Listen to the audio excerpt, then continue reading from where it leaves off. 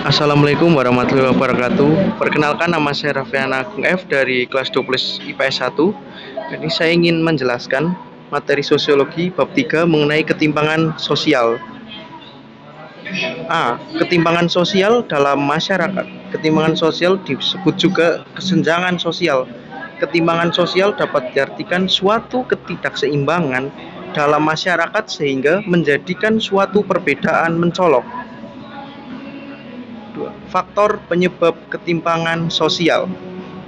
A. Faktor alami. 1. Perbedaan sumber daya alam. Perbedaan sumber daya alam menunjukkan suatu daerah bisa jadi memiliki sumber daya alam melimpah, sementara daerah lain hanya memiliki sedikit atau tidak memiliki sumber daya alam. Akibat perbedaan ini, kemampuan suatu daerah dalam mendorong proses pembangunan juga berbeda. Tidak heran terdapat wilayah maju dan wilayah kurang maju. Letak geografis. Penduduk yang tinggal di daerah rendah pada umumnya lebih mudah membangun berbagai infrastruktur atau mengembangkan daerah tersebut sebagai lahan pertanian. Sementara itu, daerah dataran tinggi terkendala pada bentang alam menanjak dan tidak merata. Akibatnya perlu waktu dan proses panjang dalam melakukan pengembangan. Selain itu, tidak semua lahan di pegunungan dapat dimanfaatkan untuk kegiatan pertanian. Realitas ini menunjukkan bahwa daerah dataran rendah lebih cepat berkembang dibandingkan daerah dataran tinggi. Faktor non-alami. 1. Pengaruh globalisasi. Di sisi lain, integrasi ekonomi dapat menimbulkan ketimpangan budaya. Ketimpangan teknologi antar daerah meminggirkan pengusaha dan pekerja lokal, serta terjadi eksploitasi sumber daya alam. Yang kedua, kebijakan pemerintah. Program transmigrasi dapat mendorong peningkatan kondisi ekonomi para transmigran. Akan tetapi, program ini juga berdampak pada penduduk asli daerah transmigrasi. Ketika warga pendatang lebih cepat maju dibandingkan warga asli, ketimpangan sosial pun terjadi. Realitas ini terjadi karena ketidaksertaan antar dua kelompok yang harusnya dapat berkembang bersama-sama. Kesenjangan antar kelompok pendatang dan kelompok pribumi, jika tidak disikapi secara bijak, dapat menyulut terjadinya konflik horizontal. 3. Faktor internal individu. Faktor internal individu merupakan faktor pendorong munculnya ketimpangan sosial yang berasal dari dalam pribadi individu. Ada individu yang memiliki kepribadian positif seperti keras, berani, mengambil resiko, pantang menyerah, dan berorientasi pada masa depan. Ada pula individu yang memiliki kepribadian negatif seperti malas, mudah menyerah, mudah putus asa, dan apatis. Jika sebuah masyarakat didominasi oleh individu yang berkepribadian negatif, masyarakat tersebut akan sulit mencapai kemajuan. Sebaliknya, jika masyarakat didominasi individu yang kepribadian. 4. Kondisi demografi. Kondisi ini disebabkan produktivitas kerja masyarakat pada tiap-tiap daerah berbeda. Sebagai contoh, daerah yang mayoritas penduduknya berpendidikan cenderung memiliki produktivitas kerja lebih tinggi.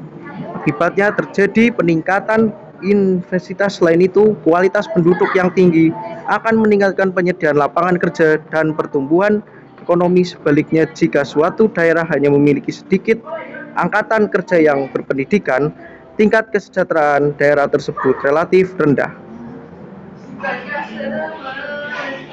B. Berbagai bentuk ketimpangan sosial akibat perubahan sosial di tengah globalisasi. 1. Ketimpangan sosial ekonomi. A. Ketimpangan sosial antara kaya dan miskin. Nasib manusia dapat berubah bergantung usahanya mengubah tatanan hidup. Oleh karena itu, Tuhan membekali manusia dengan akal pikiran, kerja keras agar mampu memperbaiki kualitas hidupnya. B. Ketimpangan antar pemilik modal dan buruh. Meskipun buruh mendapat upah dan kadang harus bekerja lembur untuk memenuhi target produksi kecilnya. Upah yang diterima sulit meningkatkan taraf hidup mereka. Banyak terima kemudian mencari pekerjaan tambahan guna mencukupi kebutuhan hidup. Realitas ini terbalik dengan para pemilik perusahaan dan pemegang saham perusahaan. Setiap keuntungan yang keuntungan yang disebabkan kenaikan permintaan pasar akan menambah kekayaan pemilik perusahaan memegang saham. Ketimpangan pembangunan yang dipengaruhi kebijakan pemerintah. Proses pembangunan yang belum merata dan hanya berpusat daerah tertentu dapat disebut ketimpangan pembangunan. Ketimpangan pembangunan di Indonesia tampak pada pembangunan di daerah berdasarkan dan pedesaan dan perkotaan, misalnya antara Pulau Jawa dan luar Pulau Jawa, serta antara pusat-pusat pertumbuhan dan kawasan perbatasan. Yang selanjutnya, berbagai ketimpangan sosial ekonomi.